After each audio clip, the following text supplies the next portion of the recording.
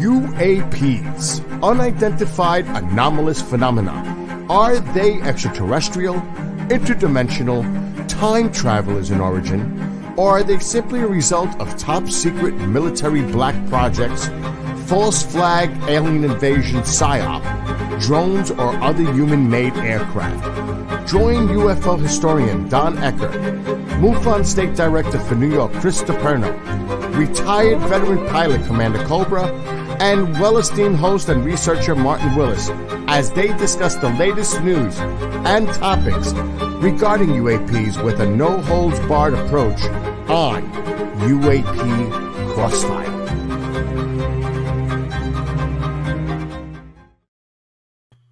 Well, hello, greatest audience on the planet. Welcome to UAP Crossfire. Commander Cobra here with the glasses that I will explain in a moment. There'll be a couple eyeglass changes, some wardrobe changes, so to speak, for me during the show tonight. But these glasses are to signify something I'll get to in a second. My great co-hosts, Chris DePerno, Don Ecker, Martin, are all here tonight.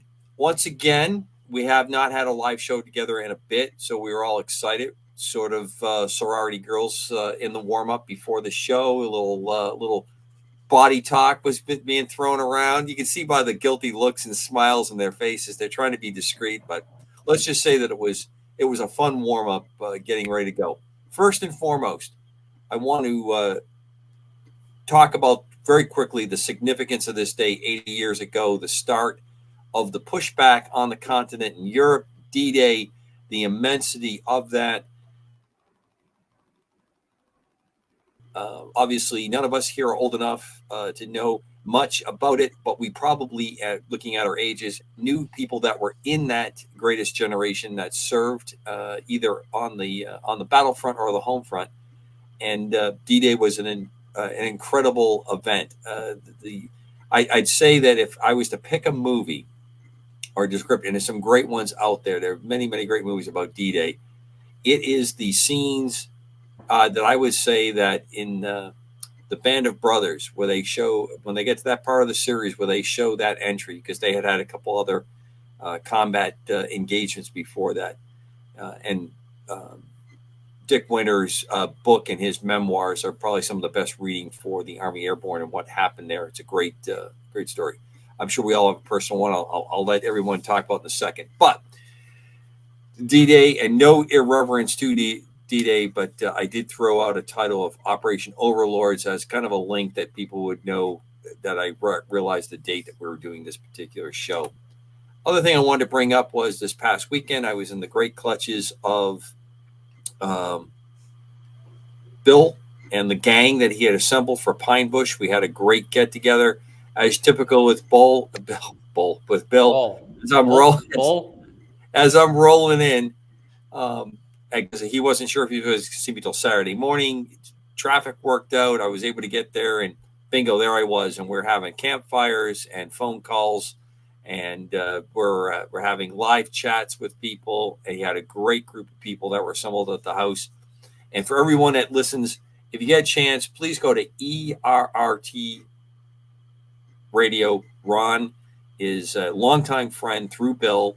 He runs his own series of programs. I've tried to do shows with him in the past. I'm going to do another one with him hopefully sometime in the month of June. He's a great character. It's always fun. We have a lot of fun with him. He does a lot of great stuff. He does a lot of great stuff with people that work and do support stuff in KJRA, so keep that in mind, please. And since things are going to go down the list, we need to salute that the Starliner, thankfully, safely made it up to the space station today.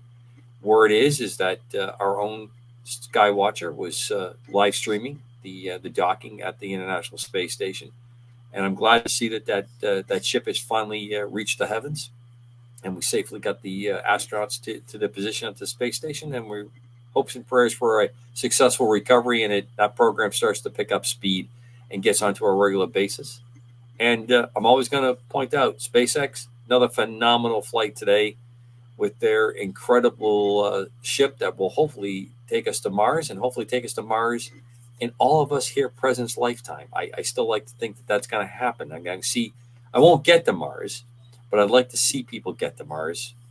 before I slip the mortar coil. So I hope that is something that happens. And who knows? Maybe between now and then, we'll slip some information and we can maybe have a different technology to make that interplanetary travel a little bit easier. So last thing, because of the way we're on the show tonight, I want to just say to everyone early, because probably the way we always end the show is kind of like a mosh pit, of activity when we get to the end of the show. But we always have a lot of fun towards the end, but I always like to try to get in there. God's peace to everyone, which surpasses all knowledge and understanding.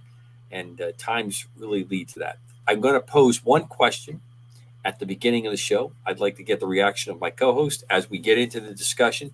Our primary topic tonight is going to start out with Colonel Karl Nell, United States Army retired. Very interesting character. Chris is the one who turned me on to it. I put some stuff out, but we have a whole potpourri of fun stuff. Do you remember potpourri as one of the categories occasionally on Jeopardy? Is that how that's pronounced? Have I been pronouncing that wrong my whole life? Maybe. Yeah, I could be. How did you pronounce it? I always thought it was potpourri. Potpourri. Okay. Yeah. All right. Is it a pate, John, or is it a potty, John? I don't know. Is it parrot or parade? Or we could say, who gives a shit? Or you could say it that way, which is very eloquent speech as well. Thank you. As always, from the West Coast, Don Ecker with the let's get real and let's get real fast. Oh, Don, you're the best. There is. It's truly, when you say that is the truth. Why am I using these glasses? Alexandria, I'm using these glasses to protect my identity, as well as these glasses I wore at the Pine Bush UFO Paranormal Festival this past weekend, where Bill Skywatcher lives. I was invited as a guest to Bill Skywatcher's palatial establishment on the upper Hudson River. And I was told, not by one, but by two very nice ladies, I was rocking these glasses when they saw me in these glasses. So that's where we're starting out. Don, please, Don, a little composure, please. You know that I'm rocking these glasses. So hopefully, Alexandria, that explains why I'm wearing these glasses, I try to protect my identity. I'm going to be changing glasses through the course of the evening. So I'm going to swing it around to all of you.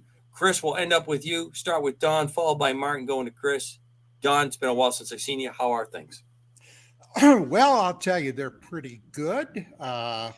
Finally, we have some sunny Southern California weather, and it's glorious. I got to tell you, I live for the sun. My birth sign or my astrological sign is Leo, and in my case, it's very true. I crave the sun, and for months, we've really had crappy, unseasonably chilly California weather, but it's changed. Now, to get back to D-Day, you said we all probably, our age group, knew people that were there. I certainly did. As a matter of fact, my father, excuse me, was in I believe he said, the third wave going into Utah Beach. And he made it across Europe until December of 44. He wasn't at Bastogne, but when the Germans launched Operation Watch on the Rhine, the D-Day, or the Battle of the Bulge offensive, he was up near Brussels, and they started hustling those guys down because nobody knew if they were going to break through. They didn't know that the Nazi army, the Germans, were basically running on fumes, their armored corps, their trucks, and stuff like that. Nobody really knew that they were as short on gasoline as they were. And their intent was to capture American fuel depots to replenish their tanks. However, the 101st Airborne had a different idea, okay? And they ran into a real rampaging bull there. And thank God they did, because basically, and let me just boil it down for you, the Krauts shot their wad. And if they would have saved all that equipment for the Red Army, okay, instead of wasting it on the Western Front, well, it would have been their Eastern Front, our Western Front. Things might have been different, but they weren't. So there. And of course, we all know that big part for that Battle of the Bulge was to attempt to bring the breakthrough technologies that the Germans were very close to having, which included an intercontinental ballistic weapon that they planned to use against North America. So yeah, a lot hung on that. Martin, Yo. you look resplendent in your colors. Well, thank you. I chose them just for tonight. Nice shirt, Martin. Yeah, well, thank you. Thank you all. We do like to comment on fashion. We're comfortable with each other enough to comment on fashion. I know. The haircut, though, I'm telling you. You know, I got to tell you a funny story about this haircut. I was almost lost all my hair in the haircut because the guy usually cuts my hair in 5 minutes and he's done, and it's decent every time, you know. And then somehow he brought up something that made me say, "Oh yeah, by the way, I do a show on UFOs." He goes, "Oh my God!" So he kept cutting my hair and talking to me, and then it was almost all gone. It's just barely, coming back now. This is when we tell the audience that this is a full contact, that you really have to give something to do some of this work, Yes. to do this show. Yeah. I don't have a lot of hair to give either, But Martin's willing to risk his hair, his follicles, for this show and for all this audience. That's why you truly are the greatest audience on the planet. You look great, though. Well, whatever thank you, you've done, thank you. Whatever you've done, you look great. I started playing pickleball. That's what it is. I love it. I don't know if any of you ever. I am familiar know with what it is. I've had a number of friends. I played it once. It seemed like a lot of fun. I'm more of a badminton guy because I can drink and do badminton. Oh, badminton. Yeah. I can't drink and do pickleball. It's obvious that that's going to cause a problem. It could. But anyway, life is good here. Excellent. And are you going to Snowbird rotate north? That's correct. Within a couple of weeks, I'll be up in the New England area. Excellent. And we should do a show together sometime. Yeah, we'll get together. We'll do a show together. We'll do a live simulcast out of your place or something. Sounds awesome. And Don, if you ever come up to Buffalo, New York, we'll sit down and do a show together there too. Well, my dream is this: in the course of between now and the end of 25, that I will get up to see Chris and Don on one of the nights to do a show. Of course, Don's going to be the long pole in the tent. God, talk about inappropriate language, right? Don's always the long pole in the tent. Oh God, Chris, how about you? I want to know, why do people go to Buffalo? Is there? It's called grandchildren. Oh yeah. No, but I mean, no. Is there? And I'm not being facetious. I mean, what is there some type of tourist thing there? Yeah, the Great Lakes, you heard of the wonderful Niagara Falls? The honeymoon. That's where that is. Oh, I've been there. See, they go on the American side to get robbed, and then they go on the Canadian side where they can actually enjoy it. So and get censored. They get censored over there too.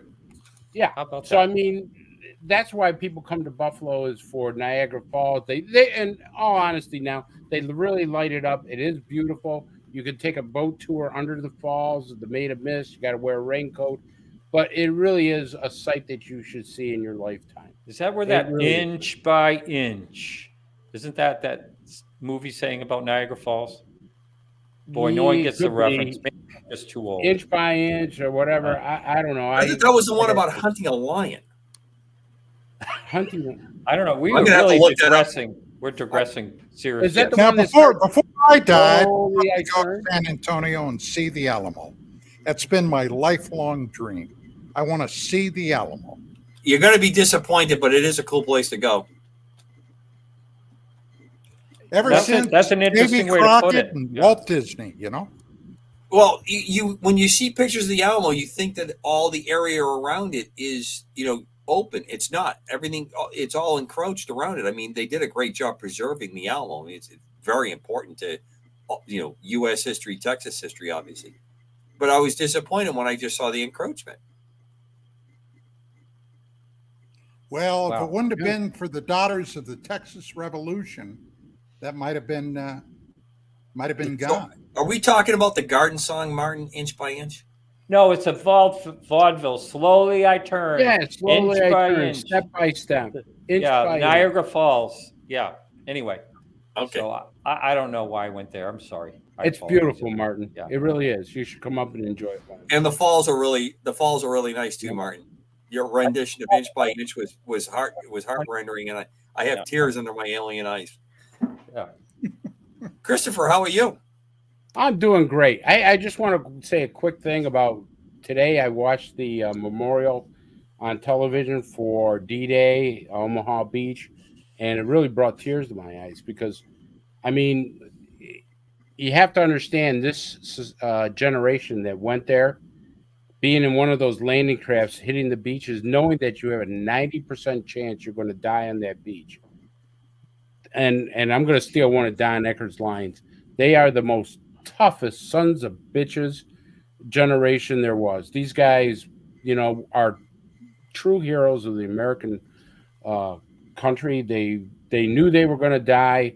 Most of them were going to die, and they went there and did the job.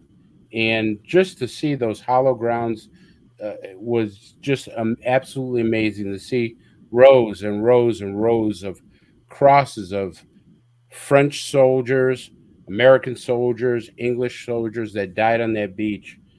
And Canadian. Don't forget the Canadian, Chris. Yep, and Canadian that died on that beach. There's nothing bad you could say about them. They went into hell, true hell, and they came out a winner. So kudos to them and everything else. Great. I'll tell you a little story real quick. It's very quick, but a bunch of Canadian airborne paratroopers landed in there, had contact with SS troops, and they were overpowered and overwhelmed. Okay. The Nazis took them prisoner. And then those SS sons of bitches executed all of them. Well, let me tell you what. The Canadian Army did not forget that. And there weren't too many SS taken prisoner after that. And it was unbelievable, but that's what you were dealing with back in those days. Well, I'm going to end the discussion with this.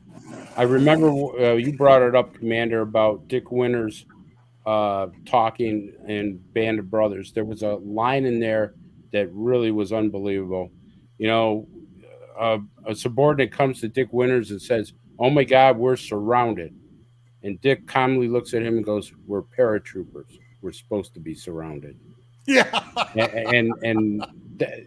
And I'll leave it at that because I want to get to the UFO stuff. But these guys are really, truly heroes. I mean, you can't take anything away from these guys that were in wheelchairs and stuff that was on television today. Now, I heard, I don't know if this is true or not, but one of the veterans passed away on the way. Sure did. I just was reading it before we came on air. Yeah, how about that?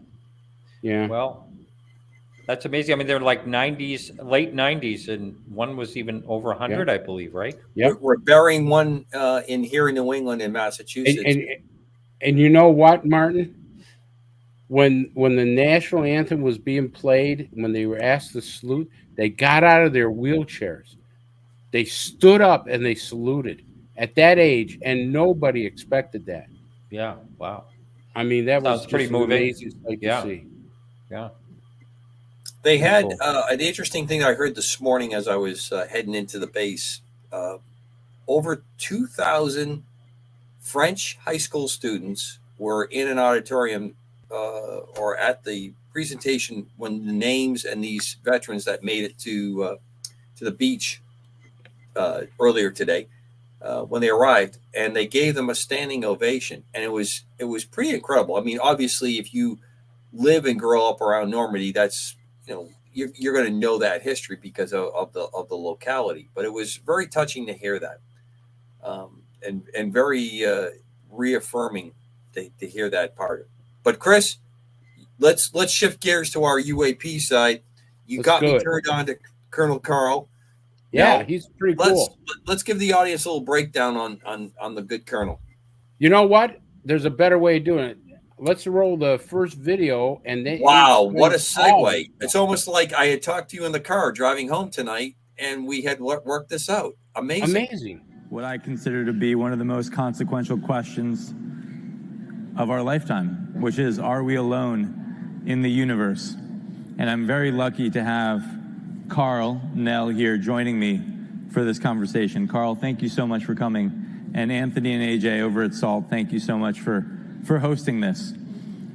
So Karl, maybe to begin, can you share a little bit about your background, who you are, and perhaps why people should care what you say? Sure. Well, thanks, Alex. It's a pleasure and honor to be here, and it's a fantastic event, and I'm glad to see a large bunch of folks that stuck it out to the end for this talk. So I was fortunate. I had a 4-year ROTC scholarship to Penn. I graduated with a degree in electrical engineering. The Army sent me overseas to do signal corps engineering projects, so I did a lot of strategic comm projects in Europe. I ended up working in Army Space Command. I commanded a satellite ground station, war trace to the Joint Chiefs. I spent some time at Wright-Patterson Air Force Base. The Army ultimately sent me to get a master's in mechanical engineering, a master's in strategic studies, graduate work in computer science. I was on track to stay in, but I decided that I wanted to pursue more of a technical career. So I got out and ended up working at Bell Labs, which was a fantastic place. Unfortunately, I was there during the trivestiture that folks may be familiar with, where the company got split up. I left Bell Labs and ended up working in Lockheed Missiles and Space. I worked at Northrop Grumman. I've ran strategic technology programs in the defense industry, worked for a lot of the 3-letter agencies, ultimately was a deputy chief of staff or deputy CTO for a $2 billion company. I was a vice president general manager of a Northern Virginia-based R&D firm. I stayed in the military, in the reserve. I commanded at every grade level through brigade. I was fortunate to stand up the Army's newest expeditionary MI brigade. I was the deputy chief of staff for a combatant command. Ultimately, this experience sort of combined to give me the opportunity to come in and advise Army Futures Command, the largest reorganization in the Army Reserve since really 1973, on how the Army could be more effective. And my last assignment was involved with the UAP task force, which maybe is the most apropos for this discussion. And there you go. Nice, Commander. Nice. Well, I told you I was going to be transitioning through the course of the show. Yeah. If the alien glass is upset, I can only imagine what's going to be in the chat on this. God, I can almost see him doing ballet right now, It's funny you would say that, Don, because the tutu, yeah. Yeah, well, don't let's not let fantasies reign too far out of control on the show, gentlemen. Save that for like the post-show and pre-show game. No, what I was getting at was, Don, you said ballet, and there have been people that said that, or maybe ballet. Who knows? Ballet, yeah, it could be ballet, depending on where you're from and how you say it. But up here, we call it ballet. But I have read on a Reddit post when I was doing some prep for this that some people said, well, obviously, David Grosh was the Black Swan event on the UAP disclosure, and Colonel Nell coming in to explain his perspective on that and to put the legitimacy is the explanation of why we don't have disclosure and why we may be going where we're going with disclosure. So I thought it was an interesting remark that you made. Chris? Well, first of all, he worked closely with Lou Elizondo and David Grush. He was on the UAP task force, worked with these guys, and he, in other readings and stuff that I've read on him, he was one of their bosses. I can't remember which one, right, but he was one of their bosses. He has above top secret clearance, White House clearance. And he does mention that David Grush has a White House clearance, and that's pretty high when your top secret clearance can include the White House. So that puts a lot of credibility on Grush. And this guy comes out and says disclosure's there. And they're just doing it in a way that we don't get affected and we don't start asking the secondary questions. Because in some of the later videos, you'll see when he talks about disclosure, he'll say, hey, listen, when we talk about this, the U.S. government is worried about the secondary questions. Because as people have said, there's nothing we can do about these guys. There's nothing we can do about their crafts. We can't stop them. If they want to, take us on, they're going to do it. And, whether they're under the water or in the air, there is a problem with them almost colliding with our aircraft up there, but we can't do anything about it. And that's one of the biggest things that he put out in Admiral Tim Gallaudet. I hope I'm not butchering his name. Gallaudet. Thank you.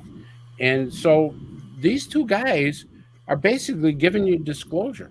I mean, you got an admiral telling you, hey, this stuff is all real. We got retrieval and everything else. And you got this guy who's got impeccable credentials saying they're here. They're here. Well, that was the talk on the tough streets of Pine Bush this past weekend. This came up. I tested the waters with the good colonel's name, the major's name, Major Grush. I threw those out, and very interesting. I heard two different conversations that I had, and this was not. I did not drink any alcohol. I bought alcohol. Very interesting story. There's a couple local distilleries in New York that were there as part of the festival. And since I had to drive, obviously I wasn't going to sample. They're excellent, by the way. And my compliments to both distilleries. But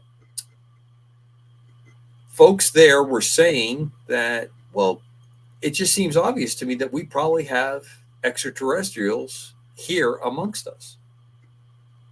And now this is fairly calm conversation. There wasn't any kind of excitement. There was almost like a resignation that it seemed to make sense to these folks that this is where we're at.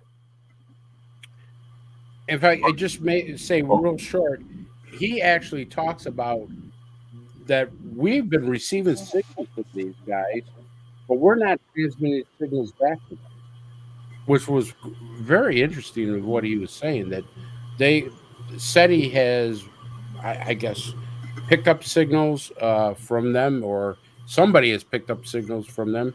But the way our technology is, we're not sending signals back.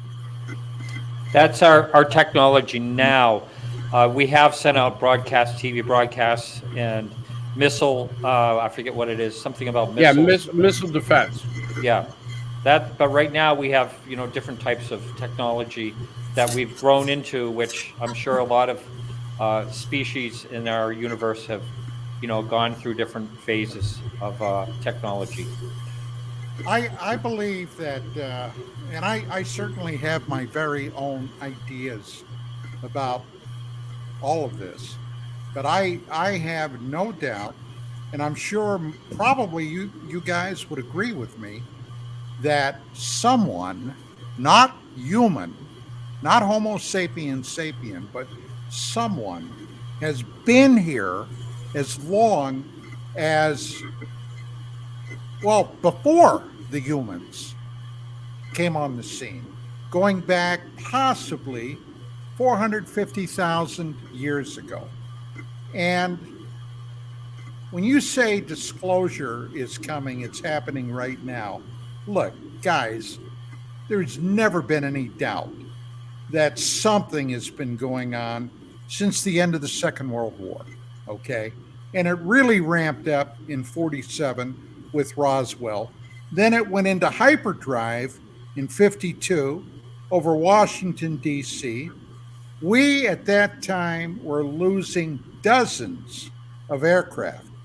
back in 1991 when Dr. Marina Popovich, a retired Red Air Force colonel who had been married to General Pavel Popovich, the first human being to ever rendezvous with another spacecraft in orbit back in 62, came over.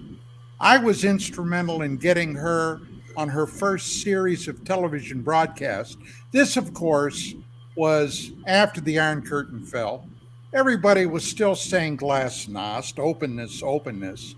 And I interviewed her over an entire weekend down in Arizona because she was also giving some talks down there. The bottom line was she told me that the former Soviet Union had lost dozens, if not hundreds, of aircraft trying to chase these things, and in some cases, trying to shoot them down. So, yeah, they've been around. Their technology is bar none. And I think more than one group is here, as many as perhaps 5 or 6. And the bottom line is, and this is something I've been told repeatedly over the last 3.5 decades, that there's at least one group of ETs that are here that don't care for us at all. Okay, for whatever reason. I think I might know why, but that's beside the point. But there are others here that have basically allegedly been holding them in check. So, you know, when push comes to shove, there's a segment of the American government, primarily from the intelligence side of things, that are still bound and determined that they'll never release the crown jewels, ever. So it's a push and shove, kind of like our overall political climate today. Chris, tell me what you think is the most compelling part of the Colonel Nell presentation. Well, I will say that this part right here that I'm going to play. So, Karl, here's the $1 million question. Do you believe that a higher form of non-human intelligence has visited this planet? Right. So non-human intelligence exists. Non-human intelligence has been interacting with humanity. This interaction is not new, and it's been ongoing. And there are unelected people in the government that are aware of that. And so, Karl, that is quite a bold statement. I'm wondering, and I'm curious, how confident are you that that is true? There's zero doubt. And Karl, what evidence have you seen? What was the moment where you developed this level of conviction? Because what you're saying is extremely consequential and very important. And I know that a lot of people here, even perhaps, may not believe that statement. Right. Well, probably a better way to ask that is, how can the folks in the audience come to the, a common understanding of what this phenomenon is? And so there's sort of two tracks here. One is from first principles, and another is actually from the data. So let's take a look at the data. So we can look at some folks that have very high level access to information, like Paul Hellyer, who is the defense chief for Canada, has come out and said the same thing. We can look at Ham Eshed, the head of Israel's, or former head of Israel's Space Force, has said the same thing. Chris Mellon, Deputy Assistant Secretary for Intel, SAPCO, has essentially said the same thing. Lou Elizondo has said the same thing. David Grush has said the same thing. David Grush cleared for presidentially level material. So you're looking at people that are in a position to know this, and they're telling you the same thing. So there you go, Commander. Martin. Go ahead, Martin. Sorry. Yeah, I'm sorry, I raised my hand.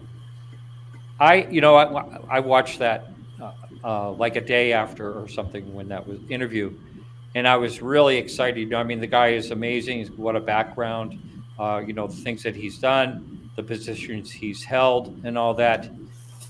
But when he asked him the question, what makes you think this? And then he goes on to say, oh, Elizondo and blah, blah, blah. To me, I think it's horseshit. And I'm sorry to disappoint everyone that's listening here. Probably a lot of people are going to be upset at me. But it's like, we're hearing enough of this shit. I want to hear the real stuff, the firsthand witness stuff. I don't want to hear, oh, he has a real high level of clearance. He has this, he has that. And I'm just telling you, the reason I'm ranting here is I was really excited, and then I felt let down as soon as the second part of that conversation ended. So I feel very disappointed because it's no further ahead than David Grush or anyone else out there that has talked about this. It's just not moving the needle. It's exciting, but then it's just like, it's a false flag. It's a nothing burger, whatever you want to say. It's all based again on secondhand stuff. And I got very disappointed on that because I thought this guy was like, wow, this is really someone special talking about it. It doesn't make it any more clear or any more true because he heard it from other people. Let me pose a question here. Martin, I tend to agree with you because, I take a pretty dim view on this because at this point, what I want is what you are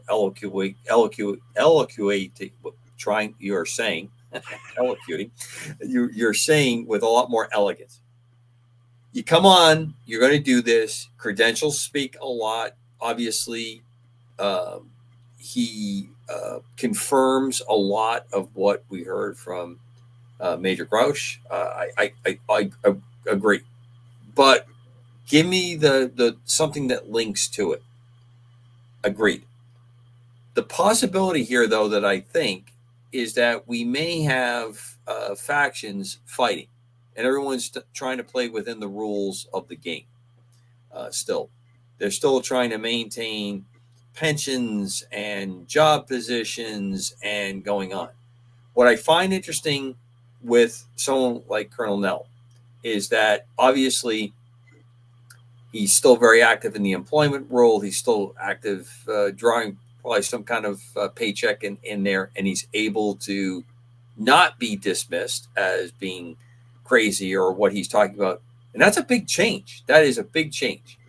And I, on a very personal level, when I tell people, hey, you ought to watch the show tonight, because a lot of people I work with know about the show, and I disclose my activities with this so that there's no surprise. That's why I'm always very careful what I say, and I always preface, open source and all those kind of things.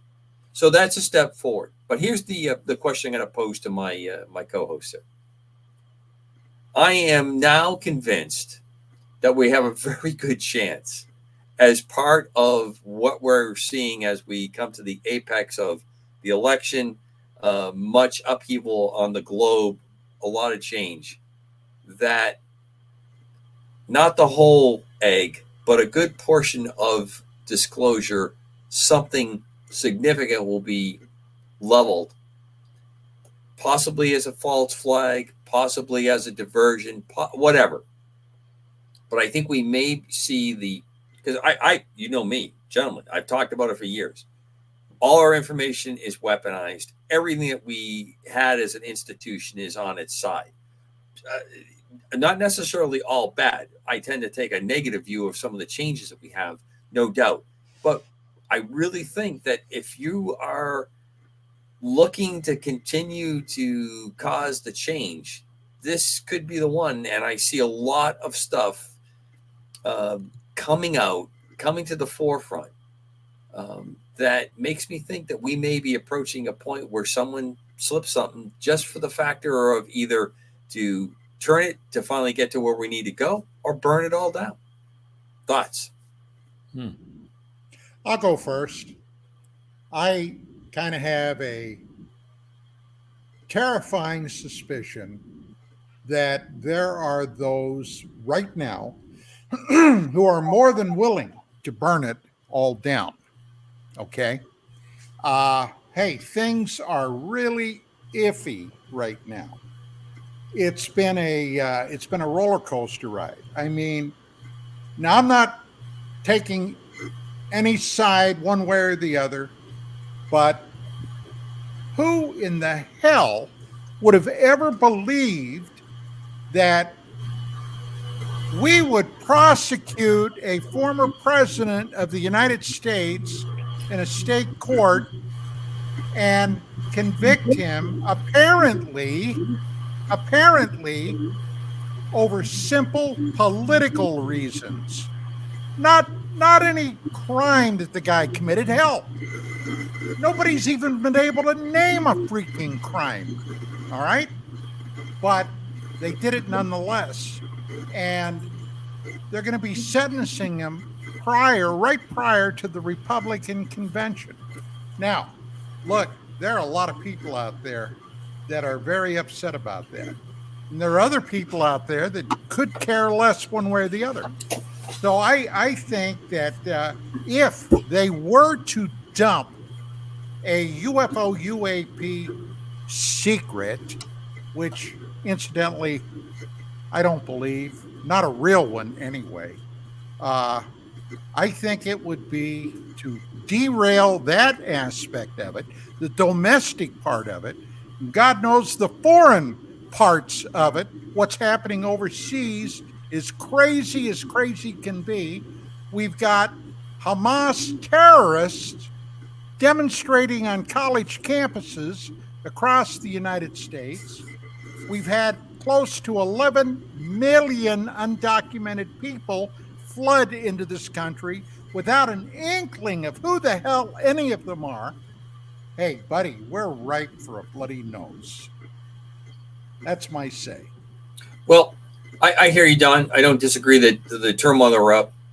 I see things at a slightly different scale of the amount of worldwide, global. He jumped off. I'm not sure what happened there. I'm waiting. Hopefully he'll pop back in. I think that when you look at the kind of economic precipice we are tilting on, I just see it as a really good opportunity to cast everyone's attention to something else. If you hold this information and it's slipping out and you can't control it, now you're gonna try to control the release. That's how I look at it. And when we get to some of the things that you had sent earlier this week on your latest paper, I think that will illustrate it. Chris, what do you think? Well, you got to remember, because of his background, because of his clearance, he has to go in front of a board or a inspector general to be able to discuss what he's going to say publicly. Sure. So before he goes to the SALT conference, they're going to say to him, okay, what are you going to say? Well, I'm going to say this. I'm going to say that. I'm going to talk about this. I'm going to talk about that.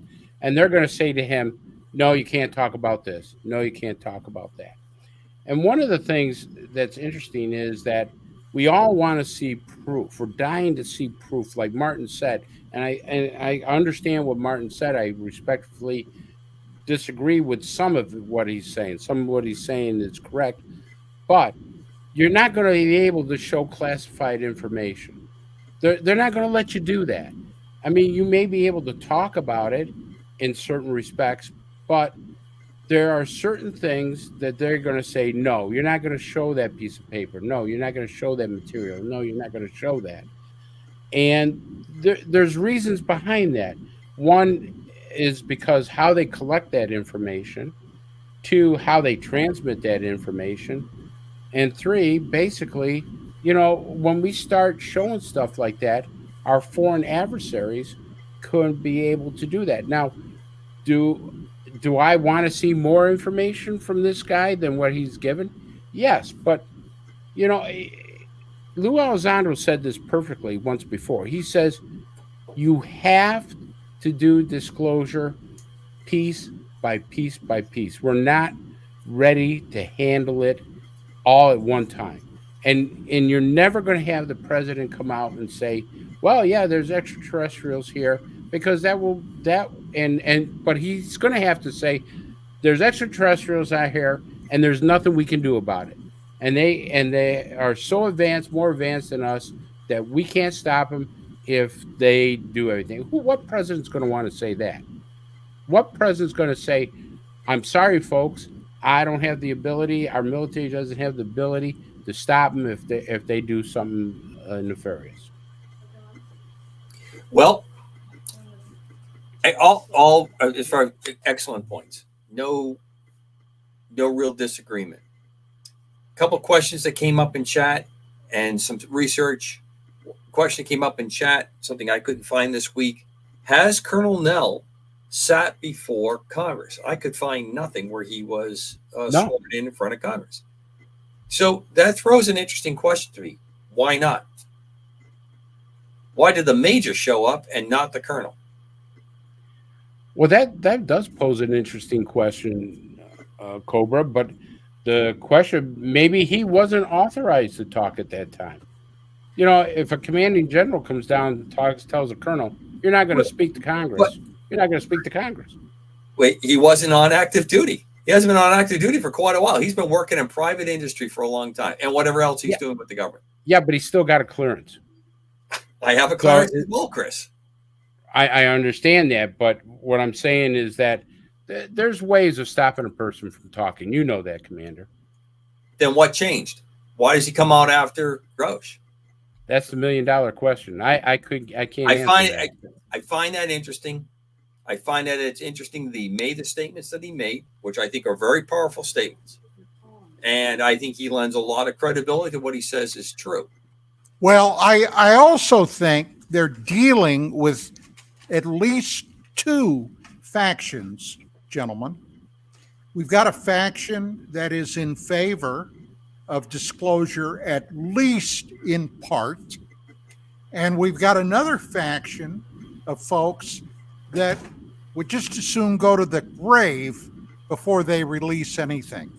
Now, look, who, other than the intelligence agencies, who has been the most obstinate from day one?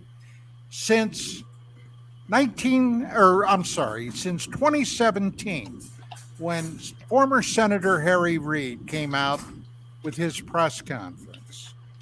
You had the Navy talking, you had this talk, that guy talk. Hell, even NASA chimed in at some point. But who has never said a freaking word about any of it except to deny.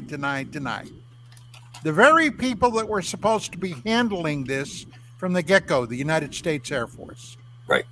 Where the hell have the Air Force? Where have they been? They're locked down. And you know some of the senior leadership in the United States Air Force has some kind of an idea of what has been going on. And they've just sat back on their hands and watched the dog and pony show. Hard for me to dispute that. There's really nothing you can point to. I mean, there's interesting things that come up when you talk about that, you know, for up until I think the last maybe 10 years, maybe a little bit less, there was training for future Air Force officers at the academy that included what to do if an extraterrestrial contact was made in a public setting, how to handle it. Back in 1972. Right. I've got the entire thing. As a matter of fact, when I got my hands on that back about 1987, okay, I typed the whole damn thing out, everything from top to bottom, and put it on the Paranet computer BBS system that incidentally went around the world. You can still probably find it online. But yeah, that was taken directly from the Air Force Academy textbook, physics textbook. You bet. You know what I'd like to do, if it's okay, Cobra? I'd like to play that one video I got, or actually there's two videos of disclosure from Nell, and see what people think. Okay, it might run us up to the break. Just remember to stay with us. KGRA DB Radio, UAP Crossfire. Okay, so what you're saying is that you have absolute conviction that a higher form of non-human intelligence has visited this planet, that there are factions within our own government that know about this, yet we still don't have a plan, and they may represent a security issue. This may pose a threat to humans. Yet you still believe that we should disclose. Is that right? Correct, right. So there's really three reasons that trump all those others. And those others are basically valid, like I said. So the first issue is the moral right. The government exists for and by the people. And so the nature of reality is fundamentally not government information. People have a right to know the world in which we live, and the pursuit of happiness requires that knowledge. So that's sort of the first kind of overarching philosophical foundation for this. But, as a corollary to that, if there are misdeeds that were done, then they need to be remediated. If there's lack of proper oversight, which is suggested by some of the whistleblowers, that needs to be remediated. So the first issue is the moral issue. The second issue is being in a reactive mode is never preferable to being in a proactive mode. So reactive mode is basically trying to prevent disclosure. But failing that, you might get a situation where you have catastrophic disclosure that creates all the problems that you were trying to prevent. So a more balanced middle path of controlled disclosure is the best way to do this, which is, again, an argument for some amount of disclosure. And the third part is simply societal advance and global competitiveness. More brain trust needs to be brought into this topic in order to make progress and to improve society. And so all three of those things together trump the 6 other reasons for non-disclosure. I think it's really powerful what he says there. Obviously, I have a similar variation to that. What's your feeling about that, Sander? Say again? What's your feeling about that, though? I think he's spot on. I think if you've been fibbing, if you've been holding back under our political system, under our form of government, there's reckoning that has to answer that. So you've got a lot of people that have continued the lie, as I see it.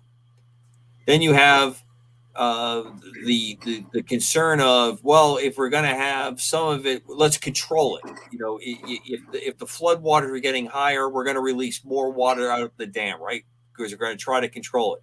But we're trying to control nature. We're trying to control the inevitable, and we're not very successful at that. And then the last part is, if it completely comes out of control, if it's completely explosive, and it doesn't have anything, how does that work out? What's the end result of that? It's hard to say, because I think there's so many factions about disclosure that we have to look at. One of the things that I truly believe is one of the reasons they have a hard time, and I agree with what Don was saying about some people want to burn it all down, is because there's a lot of fraud to it.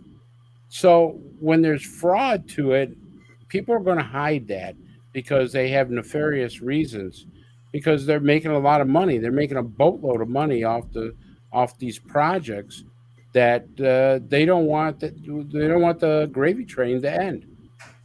So, he says that. He says there is a possibility that a lot of money has gone in a bad direction. But look at it past the money part of it. I'm not disagreeing with you, Chris, but think about when people start to think about the following things I'm going to bring up. We now have had access, or we have had exposure or some level of contact that allows us to transition to a different energy source. Now, I have talked to countless people over the years that have claimed that when they have fallen upon a discovery, that they were brought to their knees, taken out of the marketplace, because the folks that are running the world economy right now did not want to change from that economy. That when we run out of oil or whatever, we'll move to something else. But it's going to be an orderly transition, and those that are kind of running that portion of it. What happens when we find out that there are medical advances that have been held back because we wanted an orderly transition to whatever that means? What the hell do you think most people are going to react? They're going to react. They're going to react in a terrible way. We got people upset when we found out things about $300 toilet seats. And I've explained that in the past, how that happens when you reckon it. I'm not defending it, but when you tally up the cost, every item gets put against it. And I think our audience is sophisticated to know that a lot of projects cover other projects that we don't want people to know what we're working on. And that's good sense. It's sort of like when people said, hey, that stealth airplane went down. Congresswoman, Representative Mace. It's a stealth airplane and we don't know where it's at. Well, thank God we don't know where it's at. That's the reason why we spent $35 billion to build the damn thing. You're not supposed to be able to easily find it. Don, what do you think before the show goes to break? Well, I gotta say that look, I'll be the first to admit I'm very jaded about much of this. I've been here, I've done that time after time after time, and I have no faith, okay, that the government is going to come clean. Our government is, in my opinion, Don Ecker's opinion, has been taken from us, and we're not going to be able to get it back very easily, gentlemen. I think that with disclosure, I think more and more people are coming out, admirals, military people, government people. There was stuff, but I really truly believe that the intelligence community wants to keep this dead. I think the main force against disclosure is the intelligence community. From everything I've read and seen, what do you think, Commander? I don't disagree. It's a hard label for me to swallow when you say that, but it does give a good place to look. We have multiple layers of intelligence or security related activities that control and is what it's all about. And I think most start out with very good intentions. The protection, the security of the country, the security of what's going on, security of intellectual property, breakthroughs, achievements, plus the ability, and then it extends out into other areas. And the next thing you know, what we prize and what we praise of the D-Day type invasion was to preserve our freedom and liberty, and you start to lose that. And then if you have certain situations that come up, this is one that I always worry about, you do have a vast majority of people that are willing to trade off liberty, freedom for security. And then you find out, well, you don't really have security and you can't get your freedom back, as Don is saying. You can't get that back. I think we've gone down this road for so long on the basis that our security and our stability, we couldn't handle it.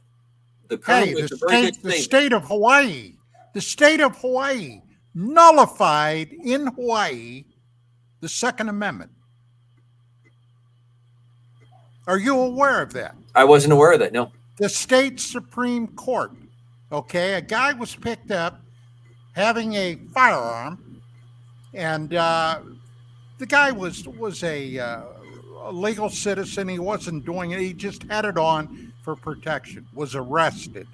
And the court basically decided, he was convicted. He took it up to the state Supreme Court, and they said because of Hawaiian culture, the aloha thing, and all this happy bullshit, we don't honor the Second Amendment in the state. Don, can you hold that thought for a minute? Because we got to go to break, and then we'll pick it up after the break. We're right back. Welcome back to UAP Crossfire. We are back, and I'd like to, if it's okay with you guys, I'd like to just play this other video that I got from the Colonel and just get your opinion of it. I think that it's imperative that the United States leads on the disclosure efforts. So this is an interesting question, too, because this is a global phenomenon, and it's affecting other countries just like the United States. The reporting on this is clear over decades. Other countries have reported this stuff. And not only that, the Vatican has come out and made statements that reference or tangentially reference this topic. So organized religion has a say in this topic as well. So it's really a whole of planet, whole of humanity problem. And so the U.S. has got its role to play, but these other countries have their role to play, and it would behoove us to recognize that U.S. action can be preempted by another party, and it would be probably more conducive to work collectively. So I ask you, gentlemen, now we know that other countries have come out and said they've had UFO experiences. Other countries have even come out and said that they're here. Do you think the U.S. should take the first role and do this, or what do you think, Commander? Well, yes, but I live under a different time and place in my mind what the United States is. The bastion of freedom, the greatest written document, the U.S. Constitution. I think yes, I think we should be doing that. I also think, though, what the good Colonel has just spoke to there touches upon some things that we have been speaking about tonight and other shows. There was an organized suppression control of this information, and a lot of world governments were involved in that, probably in the laydown and the breakdown from World War II. How appropriate for the anniversary of the show that we're on. So you have a situation that is going to cause a lot of tremors. Now, I think European nations are probably going to be pretty chill with it coming out. I don't think that it's going to be as upsetting. They've moved away from organized religion in great numbers, from the ancestral Europeans. I don't think Islam seems to embrace an understanding of extraterrestrials a lot easier than a lot of the other faiths. So I don't think Europe's going to have a lot of issues. There may be some questions, but they move and they change government differently. For us not to be leading on this when we know this, and we were probably a major leadership role because of how we landed out of World War II, does put I think the responsibility on us to be the leaders on trying to put the truth out there and square up the bill of all the best intentions of the world trying to save people from themselves. Remember, we're battling with a lot of other things that were going on in the world. Communism versus non-communism, for lack of a better term, wrestling with weapons of mass destruction at a level that we didn't quite comprehend what they could do. A lot of that stuff comes to tally on this. So yes, I think we should have a lead role in it. And I think he's touching upon probably many of the things that are falling into place that is causing different factions to fight on how this is going to come out. Don, the Vatican has said that we have to acknowledge or look at possibility of life on other planets. Other countries have said it. Do you think the U.S. should take a major role in this, or just kind of sit back and let the other countries do it? Absolutely, we should take a major role. But, okay, there's that but. What are the Russians going to say? What are the Chinese going to say? And if you get right down to it, Europe, in many respects, over the decades, okay, have in many ways shown ingratitude for what we did in the First and Second World War. Not always, but we all know that that's been a truism. And when you look at nations like Germany, the UK, France, okay, hell, Italy and Spain, they're all first world nations. And I'm sure their militaries and their scientific establishment have not been sitting on their heels with this. Now, probably, they would follow the American lead, Europe. But when it comes to the Russians, the Iranians, the Chinese, hell, the North Koreans, no, I don't see that. But, once again, if you know your history, all right, we can go back 6 7,000 years ago to our first recognized civilization, Sumeria. And if you know anything about Sumeria, you know it was a collection of city-states, each with their own rulers, each with their own militaries, and each with their own gods. And when you really dig into that, you will see that those gods, those Sumerian Anunnaki entities, didn't get along with each other. Okay? There's a hell of a lot to suggest that they were not gods. They presented themselves as gods, but they were extremely technologically advanced entities, whatever the hell they were. And they fought with each other. And which meant what? A lot of divisiveness, a lot of conflict, a lot of chaos.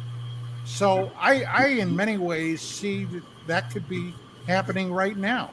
Now, earlier on, Commander Cobra, you said at the very beginning of the show, you didn't come right out and say it, but you indicated you believe that they are here with us right now.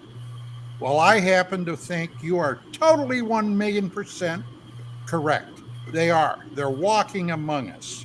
And what the hell they're doing is anybody's guess. But I totally agree with that. So if you get right down to it, guys, I think in many regards, this crapshoot has been rigged from the beginning. What do you think of that, Commander? I just want Don to define the crapshoot a little bit.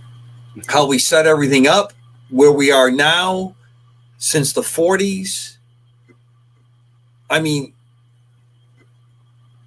there's no doubt in my mind at this point there is a struggle on how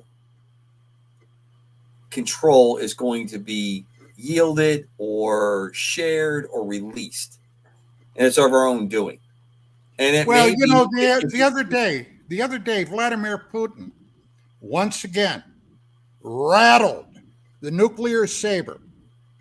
Okay, talking about the American government sending more arms and munitions, okay, to the Ukraine, and he rattled the saber. Now, what I would find interesting is whether he was just talking the talk, or at some point, if he's willing to walk the walk. And if he did, what would our visitors upstairs have to say about that? Right. That would be a fascinating thing. Well, if you guys are saying that they're here, let's put it this way. Everybody's saying that they're here. You know, there's scientists in Israel that says they're walking among us. Military people are saying they're walking among us. Other people are saying. So if we start a nuclear thing, they're going to go down the hill just as much as we are. So, I mean, if they are here and they see wars being blasted all over this planet, either they're going to do something, or they're going to leave. One of the two. My point, Chris, is I don't think they would allow it to happen if it got that serious. Hey, how many times have we been told, and reports have come out where they have flown into ICBM sites and shut the damn flights down. Right. To the point where they even had to replace missiles. Whatever the hell they did it good. All right, this now, leads me in to Vietnam, there was a fear earlier on in the war that the Chinese communists would become involved like they did in Korea. SF, Special Forces, okay, and they had teams in Okinawa in the first SF group.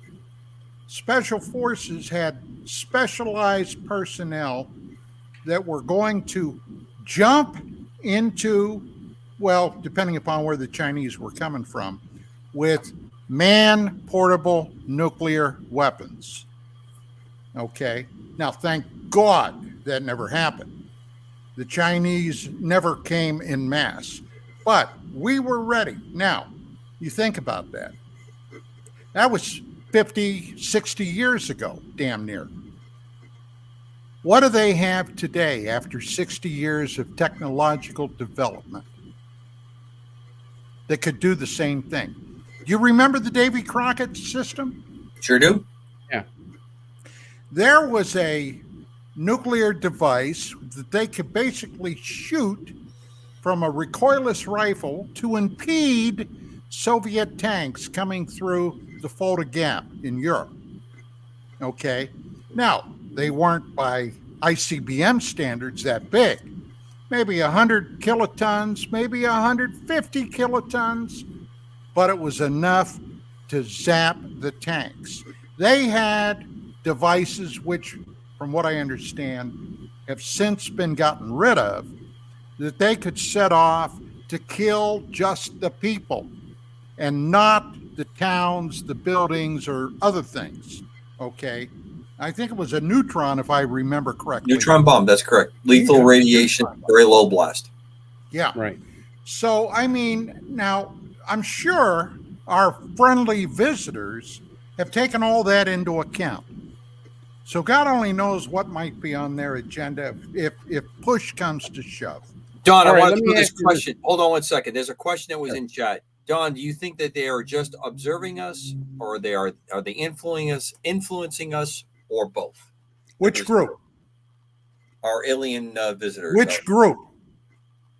Well, that's okay. All groups. I think there are some that are here that are very benign and kindly disposed to us. Now, look, I'm not pulling this out of my butt.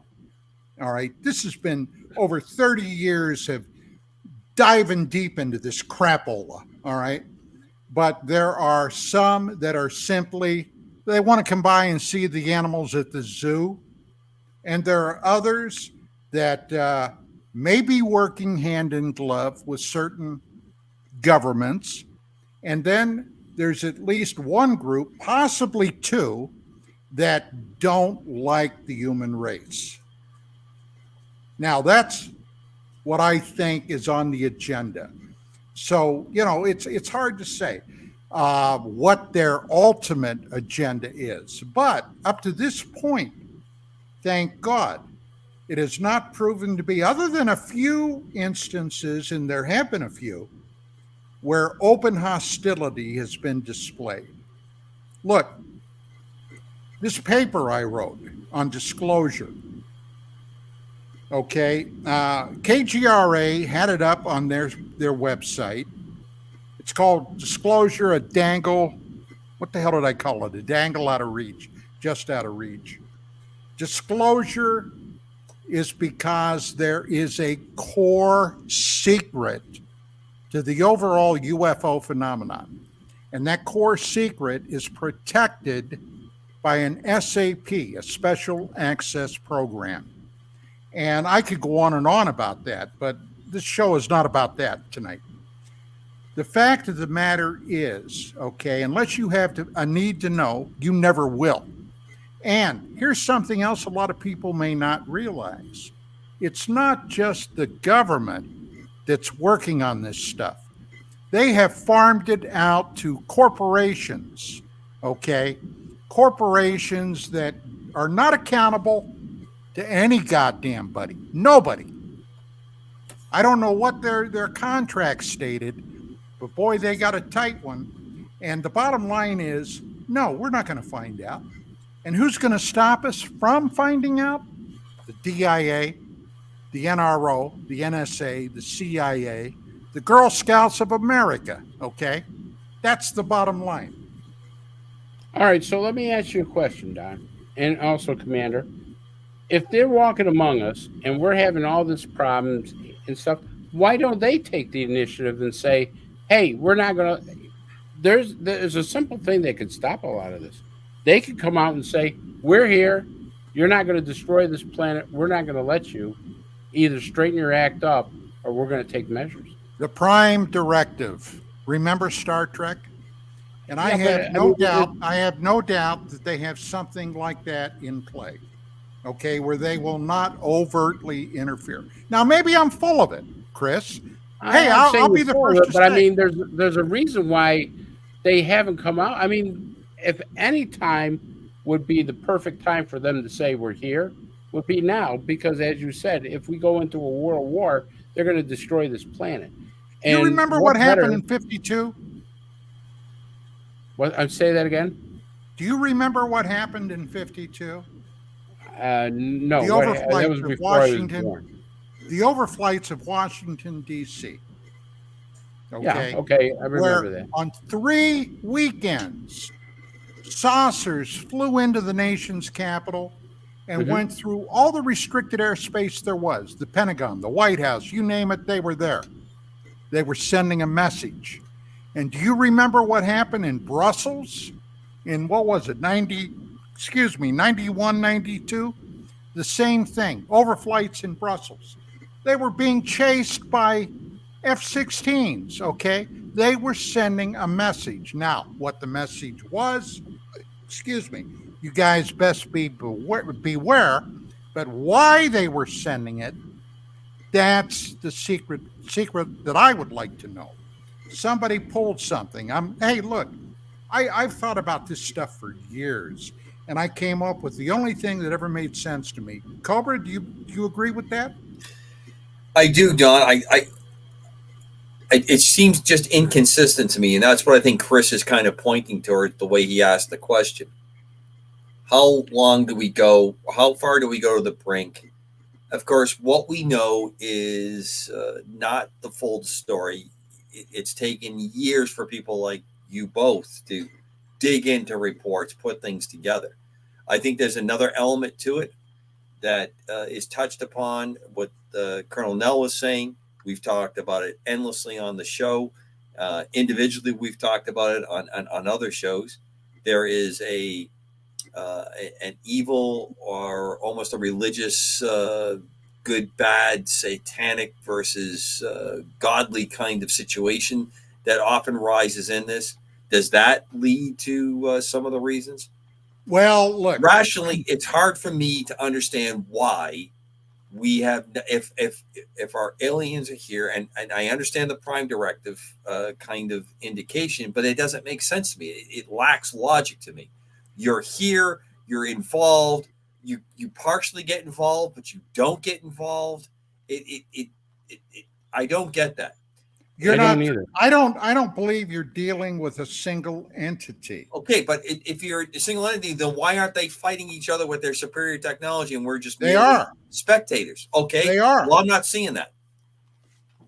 Where do you see it, Don? Because I got to agree with Commander on that. I don't see it. STS-48, STS-48, Phobos 2, okay, and other things that came out that I don't have any solid information on. But we were getting reports at UFO Magazine from a Russian journalist, correspondent, a guy that was living over here in California by the name of Paul Stonehill.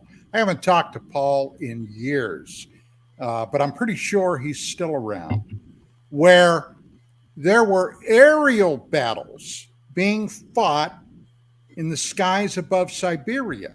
Now, Siberia is a pretty lonely spot, okay? That's not where somebody would go for a vacation. And it's been said, and this has come from Russian researchers, that they believed, much like we believe certain areas in Alaska, off Santa Monica, other places have underground ET facilities, that they also had underground facilities in Siberia. And that's a big, big chunk of real estate. Now, can I prove that? No, I can't. Okay. It's strictly second or even third-hand stories, but it is something to consider. Well, I can see your point with that, but what I just don't understand why these guys are, after all the stuff that they've seen what we've done, because you got to remember, we started seeing things where we publicly set out in the 40s during World War II. They had the Foo Fighters, and we saw stuff in Korea. We saw stuff, and they constantly see us in battle where we're destroying things here. And we're going that direction where we may lose this civilization. And if we lose it, we might lose them too if they're here walking among us. Well, we've lost it before, Chris. Well, of course we have. And actually, Admiral Tim there says that in one of the videos. He talks about, that civilizations have been lost here on Earth for almost the same reasons of what's happening now. And we're going in that direction. But, we all kind of think, well, if we go that far, maybe they'll stop us. But they haven't stopped it in the past. Why would they stop it in the future? How do you know that? What's that? How do you know that? Well, we don't know. But I mean, the track record shows that they don't get involved. They don't stop stuff. Well, not publicly, at any rate. What's that? Not publicly. No, but I mean, I'd like to see. I think what we're heading for is a disaster, and if we head for this disaster, somebody's got to pull us out of the fire, and we're not doing it. Why not? Why not these people who are so much more advanced than us? Well, there's another possibility. Maybe they don't quite care enough, but there is a tremendous amount of circumstantial evidence that the human race, you and I, Commander Cobra, everybody else, was a designed race. Somebody designed us, okay, and created us. I think originally to be a slave race. But then we got too big, too unruly, and what have you. And those people left for a while. Then we had some things like the Ice Age, the end of the Ice Age, Younger Dryas, where the face of the entire planet changed drastically and dramatically. Okay, God only knows how many uncounted millions of people and animals died. It wasn't too long ago in the scheme of things. We had great woolly mammoths running around. We had saber-toothed cats. We had short-faced cave bears, okay, which would put a grizzly to sleep in a hot second. And the bottom line is suddenly, in the blink of an eye, so to speak, they disappeared. What happened to them? They were wiped out. Now, if you think about that, I mean, that's some pretty crazy stuff. But something happened. Now, who's to say they didn't have a hand in it? I don't know. Commander, what's your thoughts? Well, I tend to be, and it's a hot topic in the chat room as I've been scanning remarks. I tend to follow and believe in the record that's in the Bible. I think a lot of things fit in both directions on that. I think it's a possibility that we've had turnovers and changes. I look at the Bible as a book of faith with a lot of accurate representations, but it's flawed because it's put down by man. And that's ultimately my issue with everything that happens. The creation story, as Don puts it, fits into a number of areas, fits into a number of cultural traditions, histories, interpretations.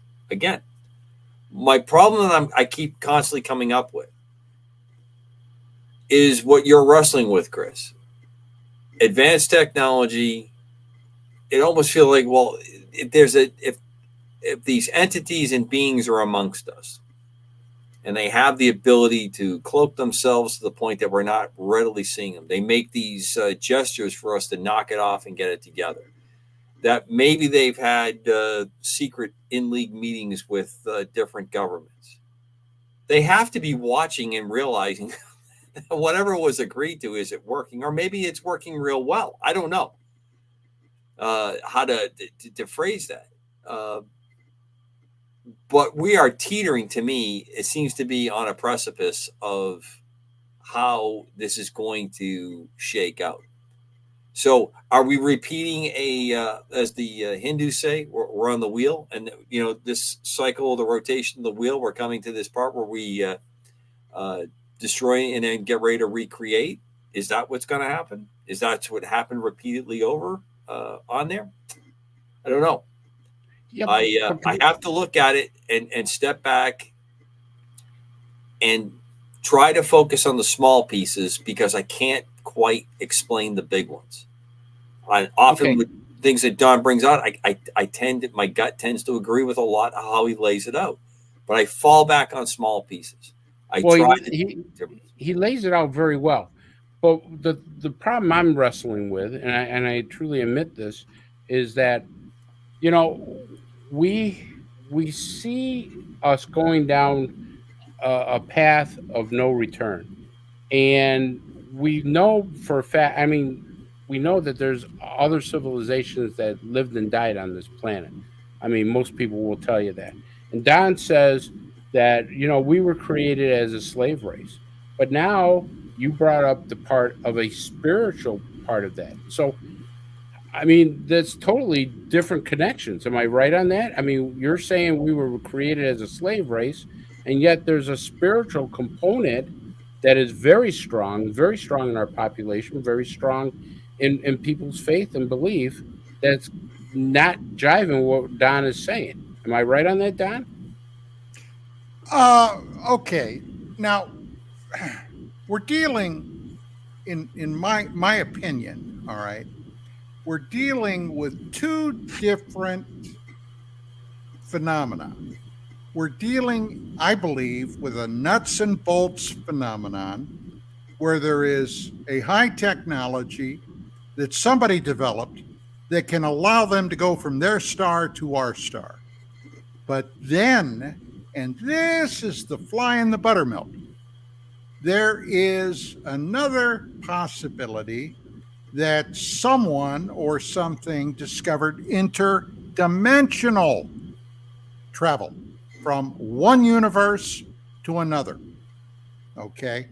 I happen to think that both are equally viable, and we may very well be dealing with both. Hey, let's not forget, very quickly, Elizondo, when he was still talking to me, okay, told me that he had been pulled aside by a senior Pentagon flag rank officer that said, we know what this phenomena is, and I'm telling you to stay away from it. Why? Because it's satanic. It's demonic. There were apparently a group known colloquially as the Collins Elite that believed all of this was a satanic deception. Now, hey, if you're a senior flag rank officer, your first duty is to the security of the nation you represent. And what, if you believe Elizondo, what he was saying was this guy was willing to turn a blind eye to this and try to ignore it.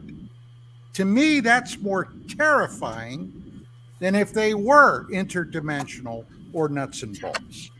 True. And I think what you also point to is what has been alluded to and spoken about openly and not so openly, that agreements were made, signatures in the big book kind of stuff that's gone on between world governments and this evil satanic element that's gone on. And if you take that stance, a lot of things kind of make sense, right?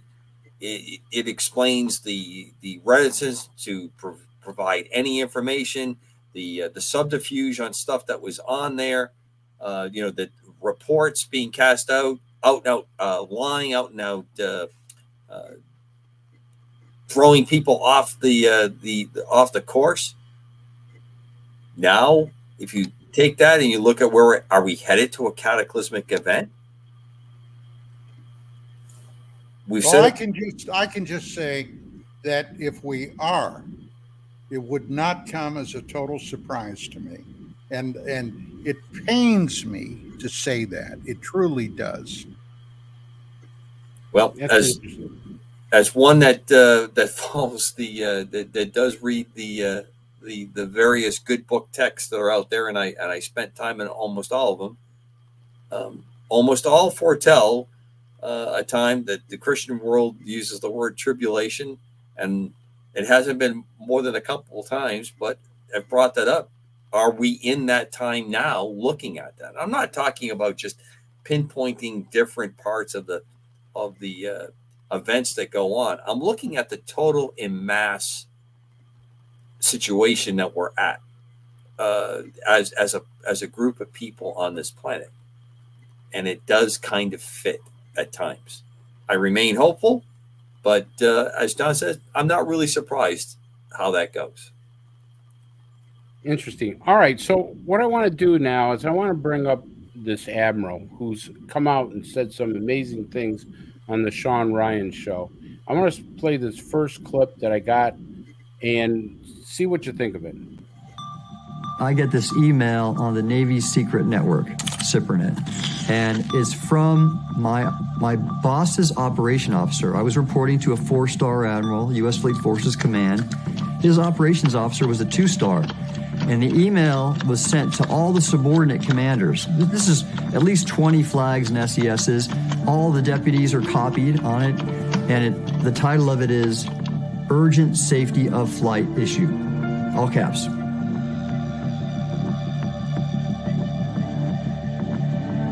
The body of the email said, if any of you know what these are, tell me ASAP. We are having numerous near midair collisions, and if we don't stop it, we're going to have to cancel the exercise. Okay, so here's an admiral now saying that he got from his bosses a secure message saying that there's been almost mid-air collisions on this. How does this work into disclosure, Commander? Well, first, the person talking, I don't know, I don't recognize. He's Admiral Tim Ganault. So that's the Admiral Tim Ganault. Yeah. And he referred to SIPRNet as the Navy SIPRNet. Interesting. Correct.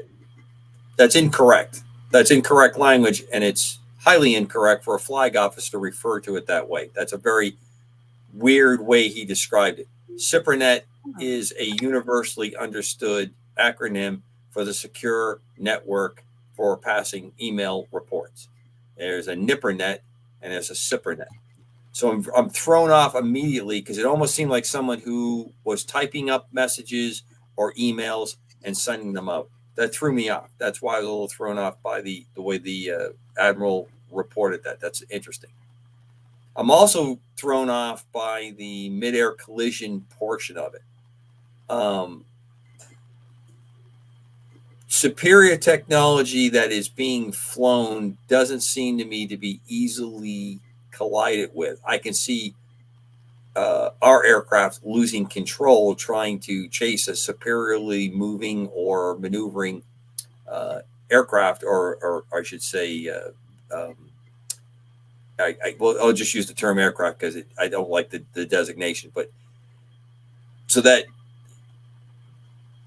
surprises me as well, the way that's phrased. You know, it's packaged as a sensational thing, where it lacks what you saw with Colonel Nell, which tends to be a little bit more matter of fact what's going on. So if you take my stance on Tic Tac, and we have an interesting little Tic Tac piece that showed up right off Long Island when the Blue Angels were flying, a very small clip of something that has a Tic Tac kind of look in the background, but it's very, very brief. I'm hoping that MUFON is able to spend some time looking at it and give some intel on that.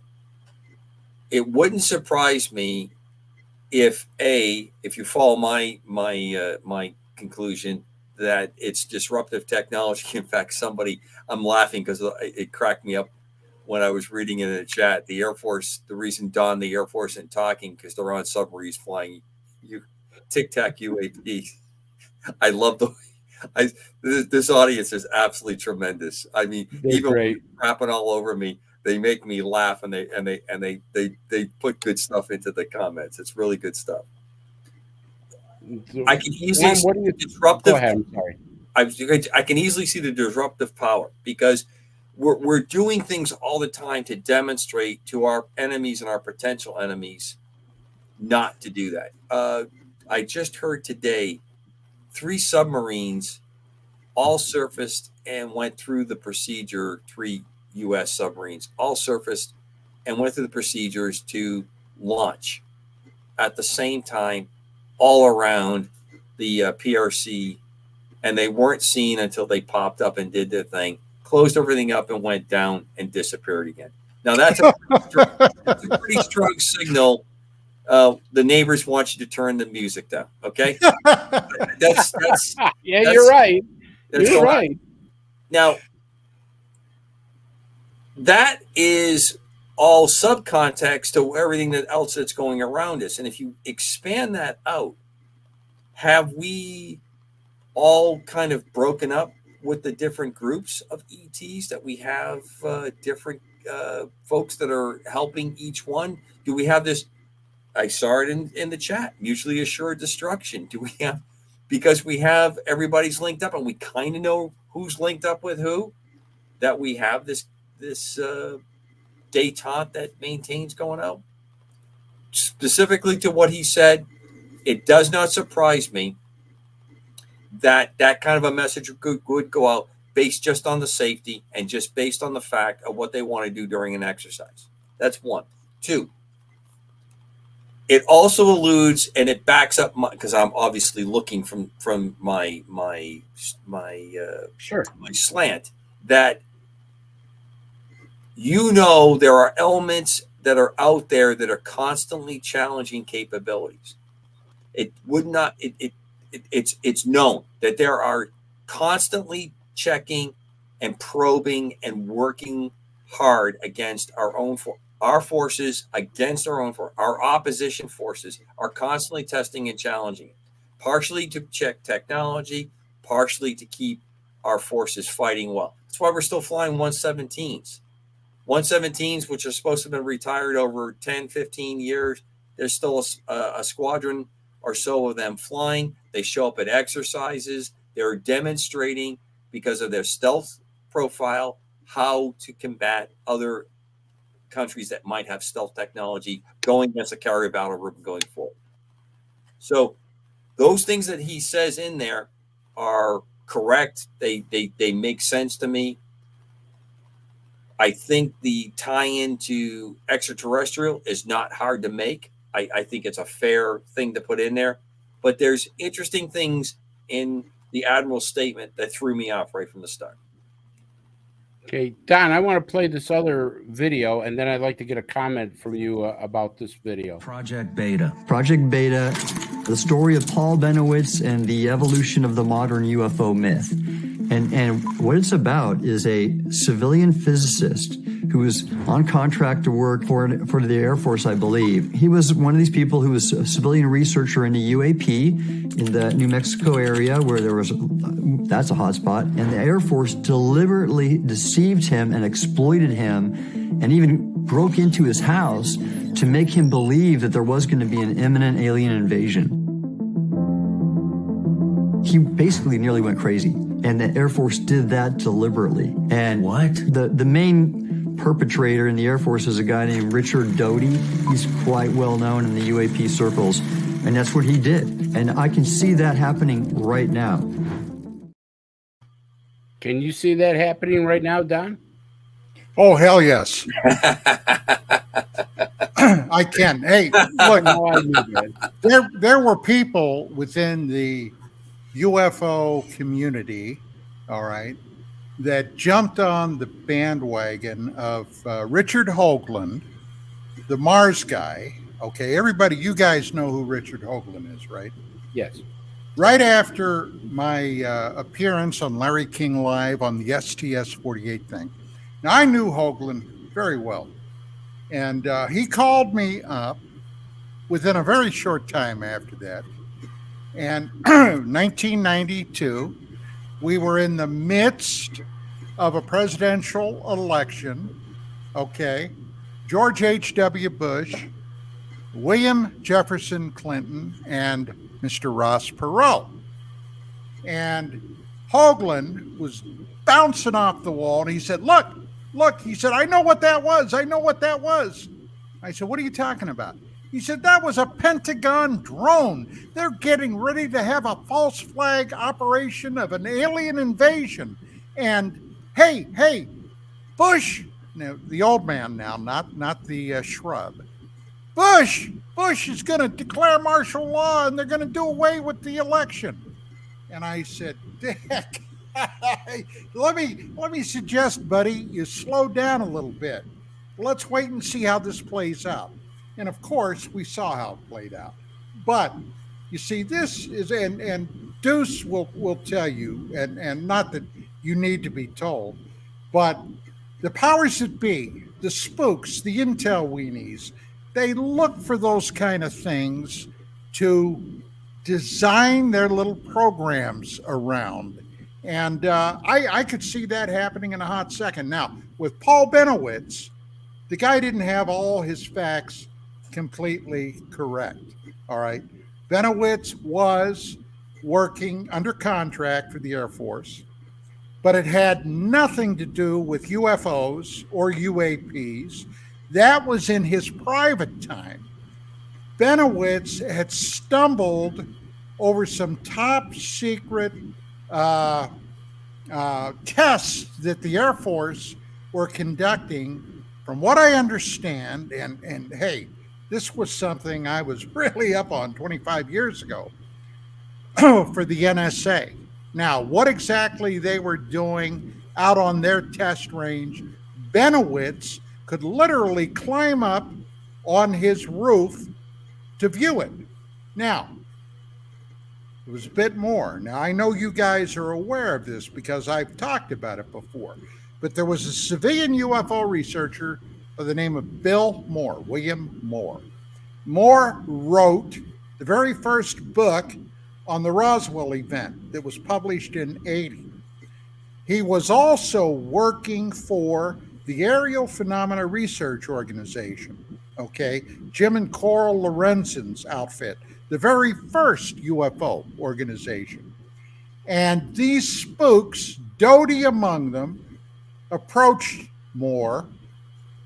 Ultimately, he ended up working hand in glove with him, with Doty, and Doty gave fraudulent documents to Bill Moore, which he fed to Paul Benowitz, and all this other business, okay, about alien invasions and what have you. Benowitz was given a doctored computer that was donated by guess who? You tell me. J. Allen Hynek. Okay. Oh, J. Allen Hynek. And this computer had been pre-programmed. When he was grabbing these signals out of the air, they had him convinced they were alien transmissions, okay, coming from aliens who were getting ready to invade the planet. Oh, yeah, look, I don't want to get off on a tangent. No, but are you saying J. Allen Hynek was part of this conspiracy? That's right. That's the first I heard that. That's interesting. Yeah. So at this point, J. Allen Hynek was actually conspiring with the U.S. government on keeping disclosure. He worked in connection with them after he retired from astronomy, although he did turn a leaf, so to speak, from being anti-UFO to pro-UFO. But not only him, not only Hynek, also Jacques Vallée. That's interesting. Hey, Cobra, the question I have for you is, what they did to Benowitz is not only criminal, but pretty heinous. I mean, obviously, we might see this again. What's your thoughts on that? okay. You get a whole bunch of things. First, I got to jump in. Skywalker OC. I didn't say that SIPRNet was the incorrect term. I've never heard it referred to as Navy SIPRNet. It's SIPRNet. It's NIPRNet. The entire DoD and the Coast Guard work on SIPR and NIPRNet. And applaud your 23 years in the silent service. Outstanding. If you'd like to take it offline, Commander Cobra, KGRDB at Gmail, or we can do it on, if you need to talk more secure, more than happy to straighten out what I'm saying. It throws me off when a purported flag officer is speaking in those terms and throws me off. Back to this subject. Again, this makes me a little bit uncertain. You're a flag officer. You know that this has gone on, and this is criminal activity. Plain and simple. It's a UCMJ violation what's gone on there. What that happened. Sure. And you're not trying to get that straightened out, but you come on and you talk in a program about it. The Air Force, the DOD has a long history of exploiting UFO interest, enthusiasm, researchers for a variety of reasons. The most widely purported part of it was as a means to protect experimental and advanced research that was being done, so that when people were reporting or seeing activity of advanced aircraft, especially the SR-71, which was one of the most prevalent that caused a lot of stirs in its original part, they were feeding into the UFO networks and conventions and personnel a belief that they were seeing something else. In the name of security, in the name of protection, in the name of fill in the blank, people will do very, very bad things to other people believing they're doing the right thing. I don't agree with that, but they will do that. That's why we have cover-ups when things go wrong, when we have accidents, when we have mistakes that are made and people do not stand and face the music and we cover it up. It happens horribly all the time. How many veteran things do we want to run the list down again that have gone on in experimentation and different things that have gone on? It's one thing to ask for volunteers in the military to perform a service. It's another one not to tell them and put them into experiments, then deny it, and then we fight and go over how we're going to care for them when we come on the backside of it. Interesting. So that kind of revelation is not a revelation to me. The fact that people see the light and come out at the end of it, like Mr. Hynek, God bless them for doing it. Hope they straightened everything out and they made right on what went wrong. Okay, let's pivot a little bit. Don, I want to talk about the CIA base, a computer program ahead of its time. Hey, you know what? I let me make a suggestion. This is simply a suggestion, but we really don't have enough time to do it. Okay, we'll make it for another show. So, with that being said, I want to play this next video and get your opinions of this. And you can tell they're obviously obfuscating. They are deliberately not saying what they know and saying things that are patently untrue. Why are they putting out false information? It's the policy at the top level of the executive branch that directs whether they want to disclose or not. It makes a lot of sense because, UFO people want to see it. But if you were Biden, would you want to tell the American public, hey, I can't keep our airspace safe. It's being visited by entities whose intent I don't understand and I can't control it. Same for our water space. Do you think you want to announce that to the American people on the verge of the election and say, I'm not doing my job, I can't keep y'all safe? I don't think so. Do you think he's right, Cobra? I think yes, but I don't always lay it at the feet of the executive. And obviously, every time we use the terms, it's upsetting to folks, but it's hard to separate the two. There is a deep-seated part of our government that is not responsive to voting. They are entrenched. They are a core part of how things are carried out. We have a Congress that has stepped back from their role of doing the legislative part of creating the laws and ensuring that those laws are being enforced and working part and parcel with the executive to go do that. So this all does fit in. Unfortunately, I can't strip the politics out of this particular part of it. I think that there are things that are withheld, even from the president, even from the White House. I think things are withheld from members of Congress, and I think there are certain elements that do have access, that do have understanding, probably by times of length in service, and it's all part of a game, and not in the nice term of the word game. It is a cabal that goes on. The president is not read into this. Okay, that's a well-known fact. Bill Clinton proved it. Hell, even Barack Obama came out and said they were not, well, they didn't use the words, I wasn't read into the program. But the bottom line is they didn't have a need to know.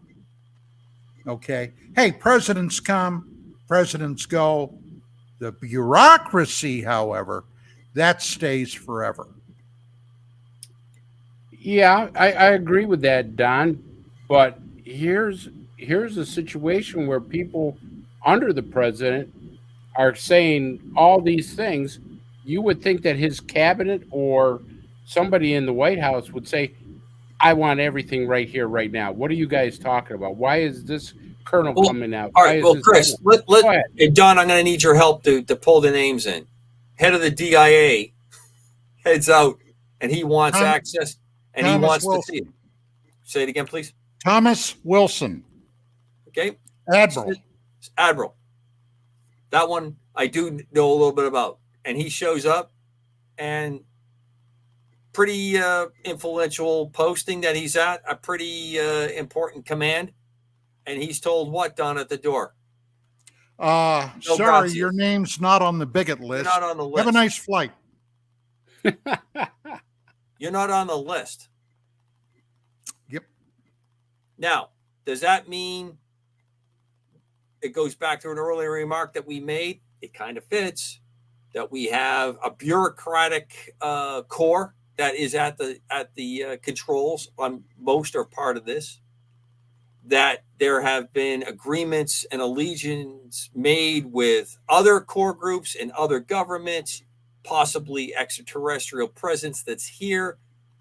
That makes sense. Then you take in the economic part of it, that we're playing around with technologies, we're trying to develop stuff.